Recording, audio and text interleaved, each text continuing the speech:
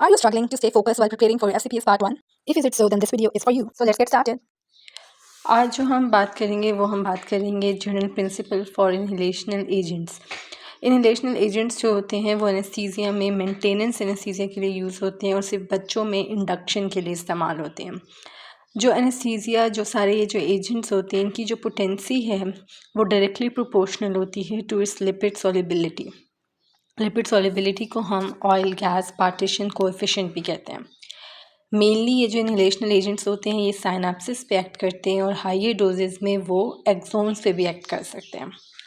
CNS की जो इनका एक्शन होता है उसकी वजह से अनकॉन्शियसनेस एंड अमनीशिया होता है और जो डॉर्सल हॉर्न और स्पाइनल कॉर्ड है उसमें एनाल्जेसिया और इमोबिलिटी जो है वो इनके इस एक्शन की वजह से होती है because they act on the dorsal horn और स्पाइनल कॉर्ड।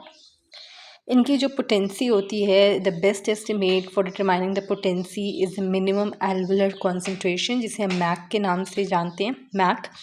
और सबसे ज़्यादा जो एजेंट्स जो इनहेलेशनल एजेंट्स हैं वो सारे commonly use halothane isoflurane nitrous oxide और सिवोफ्लोरेन एंड डिसफ्लोरेन जो है that are the newer agents. जो न्यूअर एजेंट्स हैं डिसफ्लोरेन एंड सिवोफ्लोरेन उनकी जो मैक होता है जो मिनिमम एल्वुलर कॉन्सेंट्रेशन है वो ज़्यादा होती है as compare to the older agents that is isoflurane and halothane.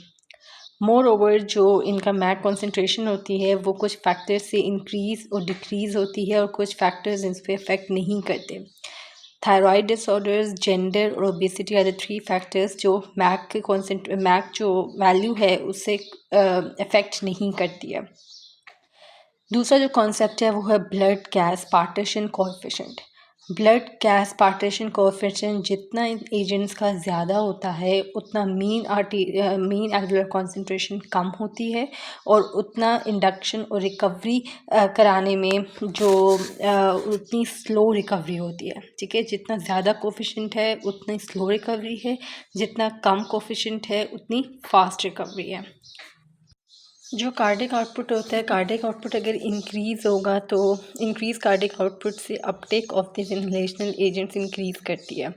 ठीक है, और एल्वुलर कॉन्सेंट्रेशन जो होती है मीन एल्वुलर कॉन्सेंट्रेशन वो कम हो जाती है और इंडक्शन डिले होती है। ऑलराइट, बट अगर एबनॉर्मल कंडीशंस होती हैं जिस तरह शॉक की कंडीशन है या जब जो भी जिसमें कार्डिक आउटपुट कम हो गया है तो उसमें क्या होता है कि जो एजेंट्स जिनका ये जो blood gas partition coefficient high होता है उसमें उनका जो मीन एल्वुलर कॉन्सेंट्रेशन होती है वो भी डेंजरसली हाई लेवल पे पहुंच जाता है। राइट, और अगर जिनका बीजी कोएफिशिएंट कम होता है उनका नॉर्मली जो होता है मैक को इंक्रीज़ करना चाहिए लेकिन कार्डिक आउटपुट जब कम हुआ होता है तो उनका मैक इतना ज़्यादा इंक्रीज़ नहीं होता है।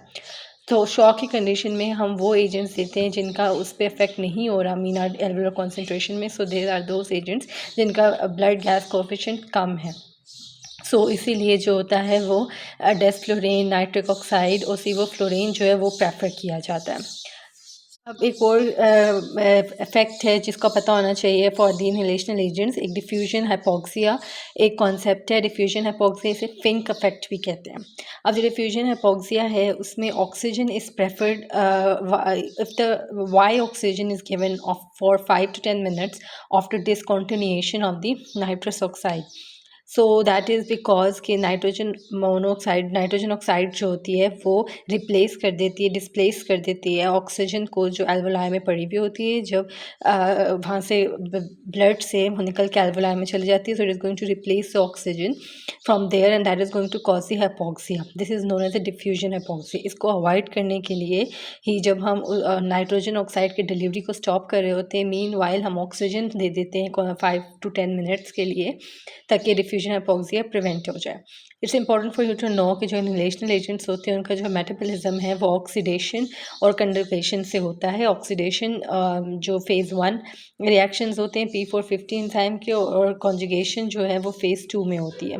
हैलोथेन में रिडक्शन भी होती है। सो द मोस्ट मेटाबोलाइज्ड जो इसमें सबसे ज़्यादा मेटाबॉलिज्म होता है वो हैलोथेन है और जो सबसे कम जिसमें होता है वो है डेसफ्लोरेन। नाइट्रिक ऑक्साइड में बिल्कुल भी मेटाबॉलिज्म नहीं होता, so it is not metabolize at all. It's important कि जो सारे P450 साइटोक्रोम एंजाइम के इंड्यूसर्स होते हैं जो निमोनिक पाइप से याद किए जा सकते हैं, P for phenytoin, I for isoniazid and the other P for phenobarbitone and E for ethanol and D for diazepam. ये जो निमोनिक है this is for that increases the metabolism. So इन सब की वजह से इंड्यूस हो जाता है एंजाइम इंडक्शन जो है वो मेटाबॉलिज्म ऑफ इनहेलेशनल एजेंट्स को इंक्रीज़ करती है। So this is all about the inhalational agents, the general principles. Now we are going to talk in more detail in the next video. Thank you for listening.